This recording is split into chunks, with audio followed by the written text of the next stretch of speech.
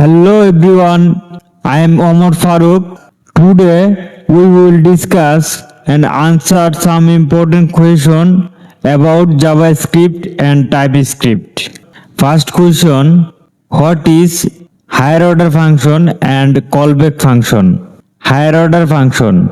Higher order function take another function as an argument function or return a function. They enable powerful programming patterns like composition and abstraction.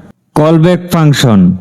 A callback is a function passed to another function to run later.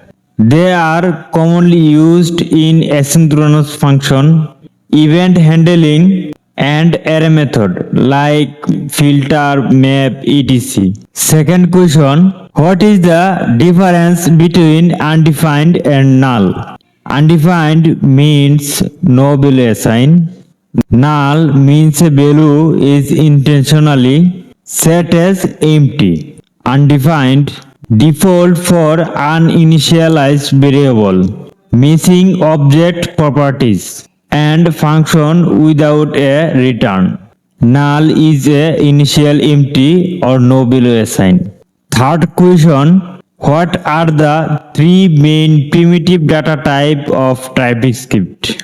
The three main primitive data type in TypeScript are string, number, and boolean. String used for text. Number used for both integer and decimal. Boolean used for true false. Boolean used for true or false values. Fourth question, what is an interface in TypeScript?